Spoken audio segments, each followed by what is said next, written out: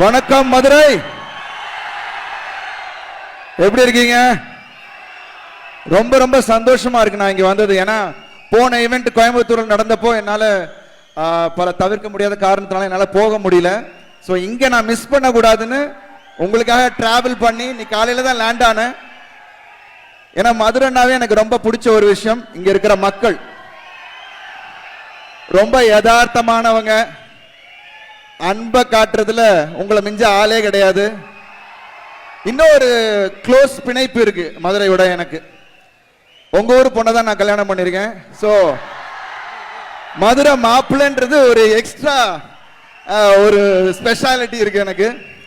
So ரொம்ப ரொம்ப சந்தோஷம் அவங்க எல்லாரையும் இங்க பார்த்ததுல. அதுவும் சுட சுட இட்லி 24 hours இங்க கிடைக்கும் மதுரை மண்ணுல. ஸோ இங்க வந்து உங்க எல்லாரையும் சந்திக்கிறது, ப்ரமோஷனுக்காக சந்திக்கிறது ரொம்ப ரொம்ப சந்தோஷம்.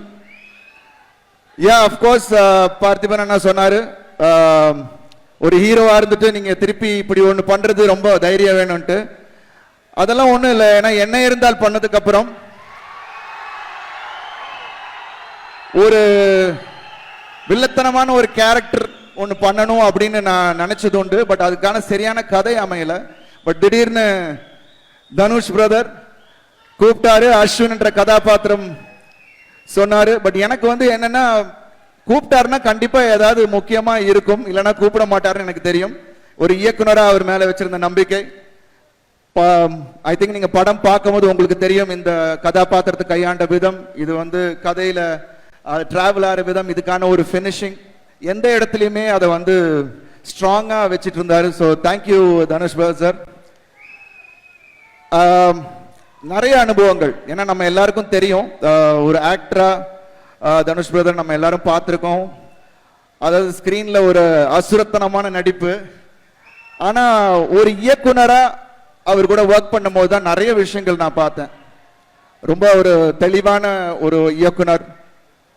அதான் நாம் ஆல்ரெடி நாங்கள் ஆடியோ லான்ச்ல நிறைய பேசியிருக்கோம். ஐ திங்க் அது திருப்பி ரிப்பீட் பண்ண வேணாம்னு நினைக்கிறேன். பட் எல்லாத்துக்கும் மேல ஒரு ரொம்ப சிறப்பான ஒரு ஹியூமன் பீயிங்.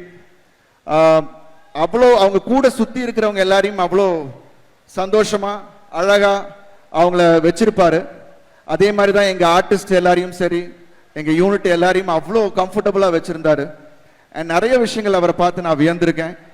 என்னன்னா திடீர்னு ஷூட்டிங் முடிச்சுட்டு பேக்கப் ஆகிட்டு போயிட்டு இருக்கும்போது திடீர்னு ஏதாவது ரோட்டு கடையில் நின்று எங்க சாப்பிடுவோமா பிரதர் அப்படின்னு சொல்லிட்டு நாங்கள் ரோட்டு கடையில் உட்காந்து சாப்பிடுவோம்.